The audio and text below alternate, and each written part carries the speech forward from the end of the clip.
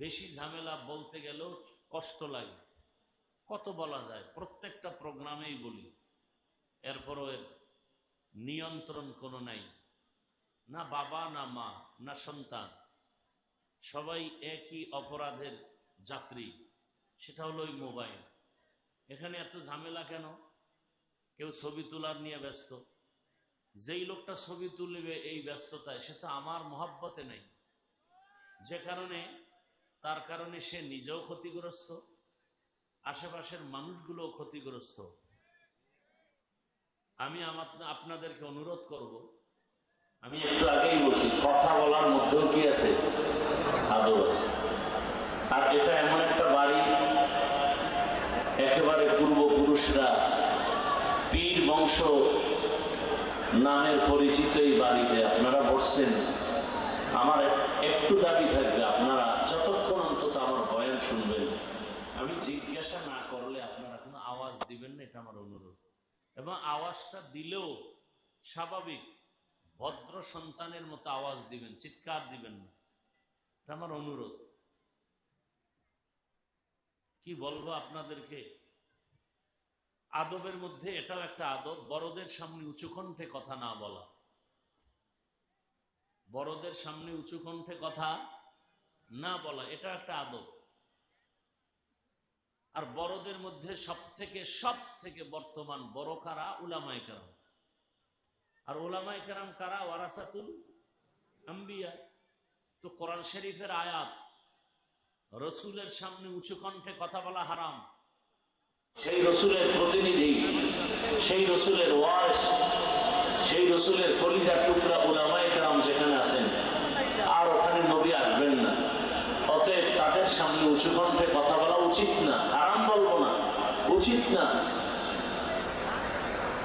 মুরব্বীরা এগুলো শিখেন, সন্তানদের শিক্ষা দেন। আমি হাফিজুর রহমানের কোনো পুঁজি নেই। বঙ্গোপসাগর কুয়াকাটার থেকে বহু তুফানকে পেরিয়ে এখানে আসছি। এই চেয়ারে বসতে আমি ঘুমের থেকে উঠে বসি নাই।